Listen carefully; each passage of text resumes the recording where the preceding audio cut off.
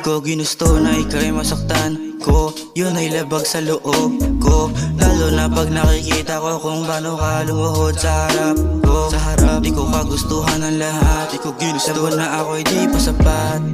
Kaya pasensya na kung ako yung dahilan ng iyong pagkabiyak. Alam ko naman na ako'y mali, pero alam ko di pa uli.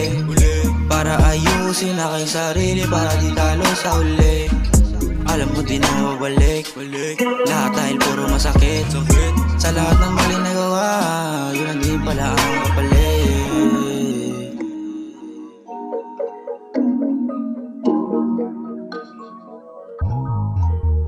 Kaya pasensya na, kaya pasensya na sa aking mga mali nagawa. Kaya pasensya na, kaya pasensya na, kaya pasensya na sa aking mga mali na nagawa.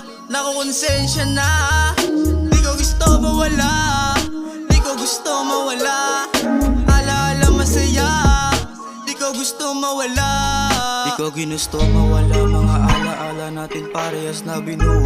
Ang masakit lang dun sa iba mo na ginagawa yung dapat na sa akin ngayon. At hindi na rin maibalik kung gaano pa tayo kasaya noon. Ang masakit lang dun pag meron akong gusto, ay wala na akong taga-tugon. Di ko ginustong ikaw ay masaktan.